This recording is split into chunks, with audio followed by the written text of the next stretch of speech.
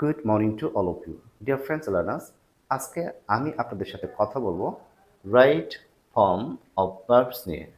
ওকে, আপনারা যদি ক্লাস 6 থেকে দ্বাদশ শ্রেণীর যে কোনো স্টুডেন্ট হন, তাহলে আপনি যদি 5-এ পাস পাইতে চান রাইট ফর্ম অফ ভার্বসের উপর, তাহলে আপনাকে জানতে হবে আপনি কোথায় থেকে শুরু করবেন এবং কোথায় গিয়ে শেষ করবেন। এই যে জার্নিটা আপনাকে কিন্তু খুব অথেন্টিক হতে হবে, প্রপারলি হতে হবে। এখানে যদি আপনি প্রপারলি না করতে পারেন, তাহলে আপনি রাইট ফর্ম অফ ভার্বস সম্পর্কে ভালো আইডিয়াও নিতে পারবেন না, পাঁচও পাইতে পারবেন না। তো ডিয়ার ফ্রেন্ডস অ্যান্ড লার্নার্স, আপনারা যদি এই টপিকের উপর 5-এ পাস পাইতে চান, আমার সঙ্গেই থাকুন। আমি আপনাকে হেল্প করব প্রত্যেকটি সেগমেন্টে, প্রত্যেকটি বিষয়ের উপর।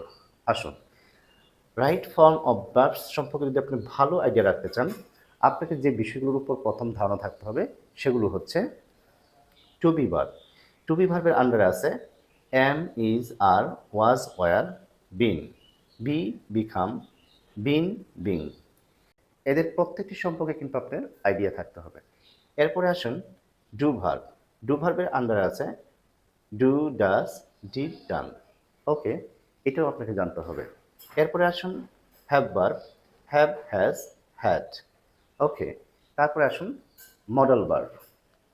Can, could, may, might, shall, should, will, would, must, need, dare, use to, ought to. আরও আছে, বাট আপাতত মডেল ভার্ব এগুলো জানলেই হবে। এরপর আসেন মেইন ভার্ব। মেইন ভার্বের মধ্যে আবার দুইটা প্রকারভেদ আছে।